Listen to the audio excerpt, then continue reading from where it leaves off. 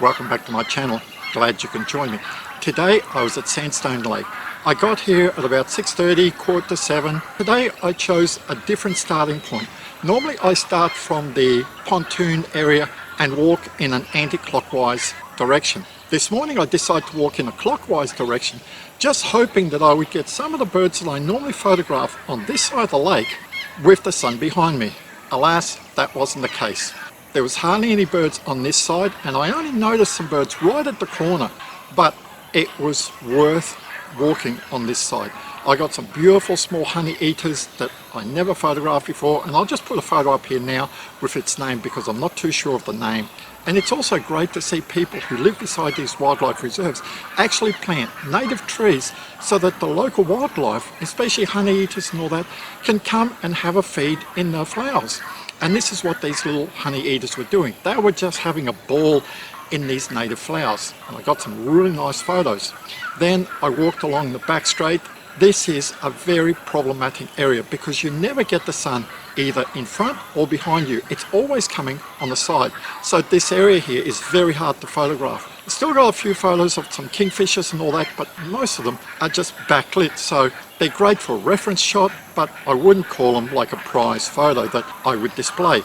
Then I walked around the other side. Normally this area is where I find all the wrens. Today there was just hardly any wrens. I got a couple of redback fairy-wrens, but the variegated wrens, the blue fairy-wrens, they were just nowhere to be seen. And I was starting to feel a little bit let down, thinking like, well, it's still nice. I've had a nice walk around the lake. I'll just keep walking until I get to the pontoon, have a break, have a biscuit, drink of water, and then walk back around. And I was just in a mind of my own, just feeling a little bit disappointed, when all of a sudden I could just hear some noise. Look to the left of me, and in one of the backyards there was a small flock of whistling ducks. Walked a little bit further up because they were backlit, and by that time they had flown from the backyard. They were on the back fence, and I got some amazing photos. It was just so nice to see.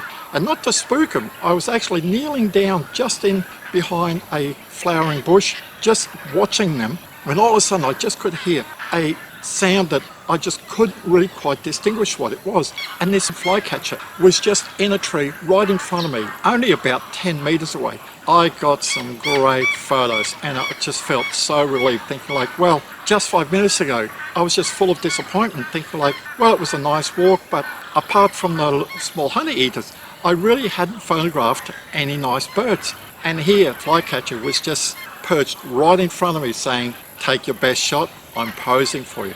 And it was just great to have that feeling. So I just kept walking after that, went to the pontoon, had a break, and on the way back, just slowly walking back around the lake. Really didn't see too much. I saw a few peaceful doves, but these two birds really made my day. And this is what I tell people, when you're out and about, it's always good hoping that you're going to get a good photo. But just when we're out and about, just enjoy the time that we're out here. Admire the wildlife. Now on my way back, I was also lucky enough to get a few double bar finches. I saw some red-browed finches, but I just couldn't get a shot of them. At the end of the video, I'll put all the photos of the birds that I photographed this morning. Now before I go, I just want to mention how I take photos with my Nikon D500 and my Nikon 200 to 500mm lens. How I set up my camera. The camera is always in auto ISO. The metering is set to center weighted.